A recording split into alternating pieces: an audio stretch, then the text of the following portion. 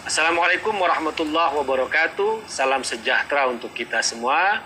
Shalom, Assalamualaikum, Om Swastiastu, Namo Buddhaya, Widek Dong Tien, Rahayu, Salam Nusantara. Pendirian rumah ibadah masih menjadi masalah yang serius di negeri ini, bahkan menjadi ajang diskriminasi. Kelompok yang merasa paling banyak, merasa mayoritas, bisa menindas, bisa sewenang-wenang terhadap kelompok-kelompok yang lebih kecil atau yang sering disebut sebagai kelompok minoritas. Beberapa kasus rumah ibadah, pendirian rumah ibadah menjadi persoalan yang seharusnya ini adalah kasus di wilayah setempat tapi menjadi berita nasional karena ada diskriminasi di sana. Misalnya pendirian gereja di Cilegon, di Lampung, yang menjadi kasus nasional. Ataupun juga pendirian musola atau masjid di mana umat Islam sangat sedikit. Karena itulah pernyataan Menteri Agama Gus Yakut yang ingin menyederhanakan peraturan pendirian rumah ibadah wajib kita dukung. Karena memang peraturan-peraturan yang selama ini berlaku, yang berasal dari peraturan bersama Menteri nomor 9 tahun 2006, dirasa sangat menyulitkan bagi kelompok-kelompok yang lebih kecil untuk membangun rumah-rumah ibadah mereka. Kelompok-kelompok yang merasa lebih besar, yang mayoritas bisa melakukan kesewenang-wenangan untuk melarang bahkan menghalang-halangi pendirian sebuah rumah ibadah. Bahkan ada kawan saya yang bilang membangun diskotik, membangun bar lebih mudah daripada membangun rumah ibadah di negeri ini karena adanya peraturan yang cenderung disalahgunakan bahkan sering sebagai ajang diskriminasi. Menurut Setara Institut, ada dua masalah besar dari aturan yang selama ini berlaku yang bisa menyebabkan diskriminasi terhadap pendirian rumah ibadah, yaitu peraturan bersama nomor 9 tahun 2006 yang lahir di zaman Presiden SBY.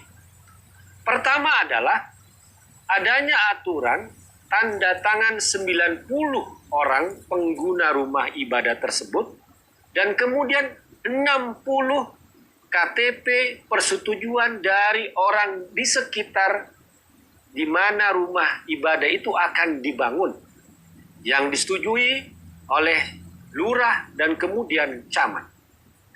Kemudian yang kedua adalah rekomendasi dari Forum Kerukunan Umat Beragama FKUB. Dari aturan yang pertama yang banyak terjadi adalah dari 60 KTP pengesahan orang-orang di sekitar tempat di mana rumah ibadah itu akan dibangun sering terjadi penghalang-halangan. Misalnya sudah ada umat dari sebuah gereja 90 yang tanda tangan. Tapi orang-orang di sekelilingnya dari 60 orang yang keharusan itu ada satu yang menolak.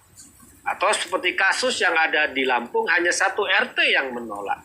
Ketua RT-nya saja, bukan orang-orang di mana di RT tersebut. Ini yang menjadi persoalan. Ketika rumah ibadah ditempatkan di sebuah komunitas, di mana komunitas tersebut berbeda dengan rumah ibadah tersebut, maka terjadilah penghalang-halakan, bahkan penolakan. Ini yang sering terjadi. Misalnya ada gereja yang mau dibangun di sebuah komunitas, di tetangganya itu adalah orang-orang Islam.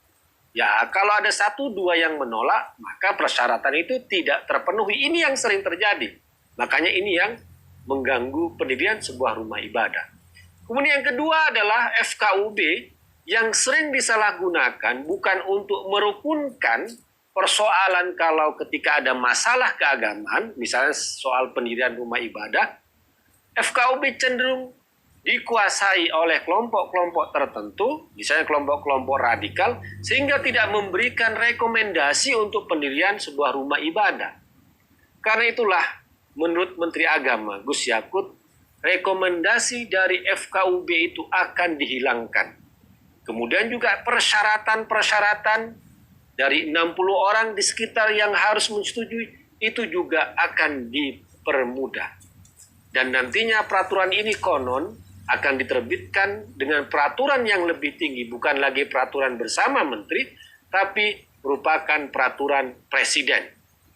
Dan kita akan menunggu semoga peraturan yang akan lahir ini benar-benar memberikan jaminan kepada umat agama apapun tidak dipandang yang mayoritas dan minoritas.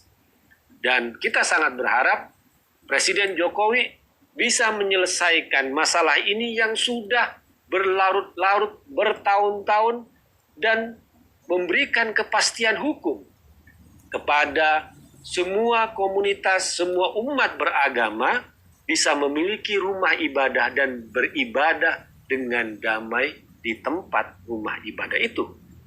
Jangan seperti yang sudah terjadi, ada sebuah gereja yang mengurus izin sampai puluhan tahun, belasan tahun. Ataupun juga ada sebuah musola atau masjid yang sampai sekarang masih disebut dengan ruang serbaguna. Karena tidak ada yang disebut dengan surat izin tersebut. Ini sangat menyedihkan, di mana Indonesia yang sudah merdeka dan Bhinneka Tunggal Ika yang bisa menjamin apapun agamanya, apapun sukunya, apapun budayanya, tapi masih terjadi diskriminasi, penolakan, penghalang-halangan atas dasar agama tertentu dan atas dasar mayoritas dan minoritas. Ini sangat menyedihkan. Karena Indonesia adalah negara hukum yang melihat warga negara sama di depan hukum, tidak dipandang apapun agamanya ataupun besaran dari kelompok agama itu. Tidak ada sebenarnya yang disebut dengan mayoritas dan minoritas karena semua sama di depan hukum.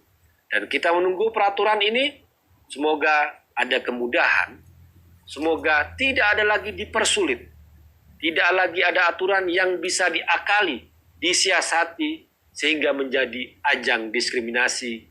Seperti peraturan bersama Menteri nomor 9 tahun 2006 yang selama ini menjadi ajang diskriminasi, menghalang-halangi pendirian rumah ibadah. Demikian, wassalamualaikum warahmatullahi wabarakatuh.